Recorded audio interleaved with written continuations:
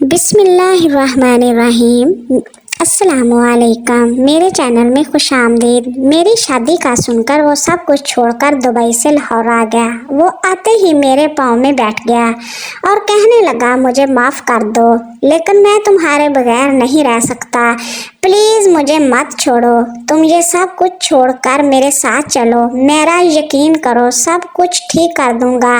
میں اسے دیکھ کر مسلسل روئے جا رہی تھی کہ وہ پہلے ہی سمجھ جاتا تو آج ہم دونوں اتنی تکلیف میں نہ ہوتے۔ میں نے اسے بتایا بھی تھا کہ میرے بابا بیمار رہتے ہیں، حالات میرے بس سے باہر ہوتے جا رہے ہیں، پر اس وقت اسے لگتا تھا کہ یہ سب میں اسے خود ہی جذباتی کر رہی ہوں۔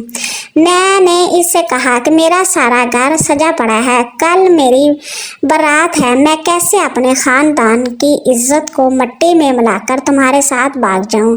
مجھے معاف کر دینا، مجھ سے یہ سب نہیں ہوگا، اب تو بہت دیر ہو چکی ہے، میں تمہارے آگے ہاتھ جوڑتی ہوں، تم پلیز یہاں سے چلے جاؤ۔ اور اس نے مجھ سے کہا کہ میں اگر واپس جاؤں گا تو تمہیں اپنے ساتھ لے کر جاؤں گا، ورنہ میں تمہاری قسم کھاتا ہوں اس شہر سے کبھی نہیں جاؤں گا۔ 5 سال بعد اس کے ایک دوست سے پتہ چلا کہ وہ 3 سال پہلے اس شہر میں مارا گیا تھا، وہ بالکل پاگل ہو گیا تھا، اس نے خودکشی کر لی تھی۔ میں یہ سب سن کر میں کس اذیت میں ہوں کوئی نہیں سمجھ سکتا۔ وہ کہتے ہیں دوسرے کی قدر اس کے بعد ہوتی ہے۔ اللہ حافظ۔